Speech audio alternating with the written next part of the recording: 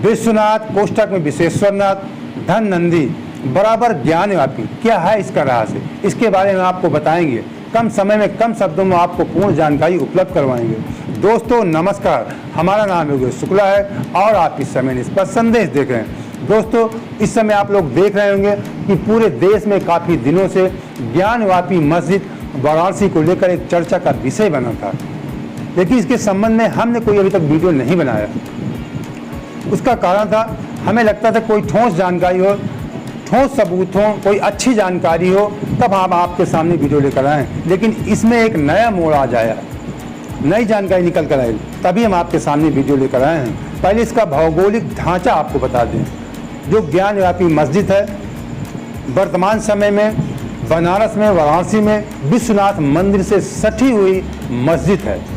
बताया जाता है कि उस जगह पे उसके बीचों बीच पहले विश्वेश्वरनाथ का मंदिर था, जिसे आज आप लोग विश्वनाथ बाबा के नाम से जानते हैं। दावा किया गया था, ये विवाद तो काफ़ी दिनों से चल रहा था। मैं आपको थोड़ी संक्षिप्त जानकारी दूँ। 1991 में कुछ लोगों ने वाद दायर किया था बनारस कोर्ट में कि हमें पूजा करने की अनुमति ज्ञानव्यापी मस्जिद में दी जाए, लेकिन 1993 में इसमें हाईकोर्ट ने यथास्थिति बरकरार रखने के लिए रोक लगा दिया।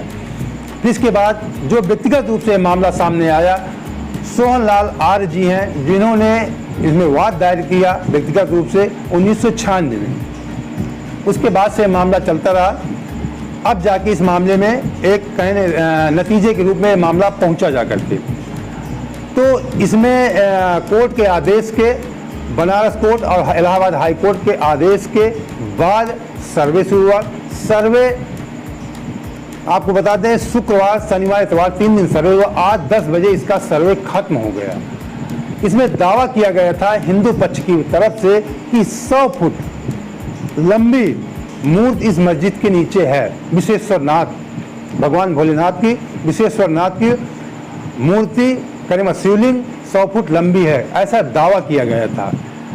मैं आज थोड़ा सा आपको बता दूं, मैं निष्पक्ष खबरें सदैव देता हूं। कभी मेरे वीडियो से हिंदू भाई हमारे खुश हो जाते हैं, कभी मुस्लिम भाई खुश होते हैं, इसलिए कि मैं निष्पक्ष बात बताता हूं। पूरी जानकारी हासिल करने के बाद, रिसर्च करने के बाद आपको बताता हूं। आप लोग इधर उधर से थोड़ी बहुत जानकारियाँ हासिल करते हैं, इसीलिए आप नाराज़ हो जाते हैं, कभी हिंदू भाई कभी मुस्लिम भाई। मैं निष्पक्षता से बता रहा हूँ कि जो सच है ये तो निश्चित है कि मुस्लिम यहाँ बाद में है, इससे कोई इनकार नहीं कर सकता है। तो और मस्जिद ये भी एक सीधे सीधे जो समझ में आ रहा है कि मंदिर से सट के मस्जिद क्यों बनी। बिल्कुल मोटा मोटा, मैं बहुत मोटे मोटे तौर पे आपको बताता हूँ, बहुत संक्षिप्त में बताता हूँ। तो यहीं से विवाद कहीं ना कहीं समझ में आ रहा है। जो ज्ञानव्यापी विश्वनाथ मंदिर का इतिहास है थोड़ा बता दूं। बताते हैं 2050 साल पहले राजा विक्रमादित्य ने इस मंदिर को, विश्वेश्वरनाथ मंदिर को बनवाया था। उसके बाद 1585 में अकबर काल में राजा टोडरमल ने इसका 1585 में राजा टोडरमल ने इसका पुनर्निर्माण करवाया था, जो अकबर के नवरत्नों में थे। यहाँ तक लिखा है कि वो अकबर के वित्त मंत्री भी थे, राजा टोडरमल। उन्होंने इसका पुनर्निर्माण करवाया, लेकिन 1664 में औरंगजेब, सम्राट औरंगजेब ने इसे नष्ट करवा दिया। उसके बाद 1969 में बता दें, जो लेख लिखा हुआ है 1969 में पूर्ण रूप से ध्वस्त करवा करके इसके जो मंदिर के अवशेष से उससे ज्ञानव्यापी मस्जिद का निर्माण किया गया। और ऐसा बताया जा रहा है कि वहाँ पे लोग, जहाँ पे शिवलिंग था, जहाँ पे अर्घ है, वहाँ पे लोग वजू करते थे। वजू का मतलब आप समझ रहे होंगे, ये लोग वजू करते थे। तो 3 दिन सर्वे के बाद जो आज निष्कर्ष निकल कर आया, मैं बहुत संक्षिप्त में आपको बता रहा हूँ। जो 3 दिन ज्ञानव्यापी मस्जिद मंदिर से सटी हुई, विश्वनाथ, वर्तमान विश्वनाथ मंदिर से, जो वहाँ पे नंदी वर्तमान है। विवाद की एक जड़, जो मुख्य बात बता दूं कि लोगों को शंका कहाँ से हुई कि इसमें कैसे शिवलिंग हो सकता है, जो आज के लोगों को, क्योंकि नंदी का मुख सदैव शिवलिंग की तरफ होता है। ये सनातन धर्म में लिखा हुआ है, हिंदू धर्म में लिखा हुआ है। इसे मुस्लिम भाई माने या ना माने, ये हम भी हिंदू, मैं भी ब्राह्मण हूँ, मैं भी पूजा करता हूँ, शिव भक्त हूँ, मैं इस बारे में अच्छी तरह से जानता हूँ। कि नंदी का मुख शिवलिंग की तरफ होता है। तो वहाँ पर नंदी का मुख जिसने इस मस्जिद का निर्माण करवाया, उन्होंने इस बात की भूल कर दिया या उनको ज्ञान नहीं था कि नंदी एक प्रमाण के तौर पे मौजूद थे। नंदी का मुख ज्ञानवापी मस्जिद की तरफ था, इसलिए लोगों को शंका हुई, लोगों को कि इसके नीचे शिवलिंग है। तमाम इतिहास को खंगाला गया, ये जानकारी निकल गई कि इसके नीचे शिवलिंग है, तमाम मूर्तियों के अवशेष हैं, ऐसी जानकारी मतलब दावा किया गया। उसके बाद सर्वे हुआ, कोर्ट के आदेश के बाद सर्वे हुआ। सर्वे में आज ठीक नंदी बाबा के सामने बताते हैं कि जहाँ पे लोग वजू करते थे, वजू के स्थान पे कई तरह के दावे, क्योंकि कोई सरकारी दावा नहीं है, हिंदू पक्षकारों की तरफ से दावा है, वकीलों की तरफ से दावा है। कोई कहता है कि 20 फुट लंबा शिवलिंग मिला है, कोई कहता है 4 फुट लंबा, 3 से 4 फुट मोटा शिवलिंग मिला है, कोई कहता है 12 फुट लंबा शिवलिंग मिला है। इस तरह के तरह तरह के बयान दिए गए हिंदू पक्षकारों की तरफ से। इसके लेकिन मेन जो वकील थे हरिशंकर जैन, जब उन्होंने जो दावा किया कि उन्होंने बताया कि मैंने 4 फुट लंबा शिवलिंग देखा और 3 से 4 फुट मोटा था। पहले उस स्थान पे पानी था, पानी भरा हुआ था, पानी निकाला गया, सिल्ट हटाई गई, तो सिल्ट हटाने के बाद उसके नीचे 4 फुट लंबा और 4 फुट मोटा शिवलिंग मिला।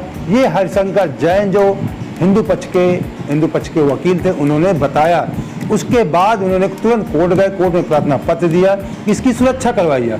उसके बाद बनारस कोर्ट ने तत्काल उस स्थान को सील करवाया और सख्त निर्देश जारी किया वहाँ के डीएम को और एसपी को और सीआरएफ के कमांडेंट को, कहा कि व्यक्तिगत रूप से आपकी जिम्मेदारी सुरक्षा की होगी।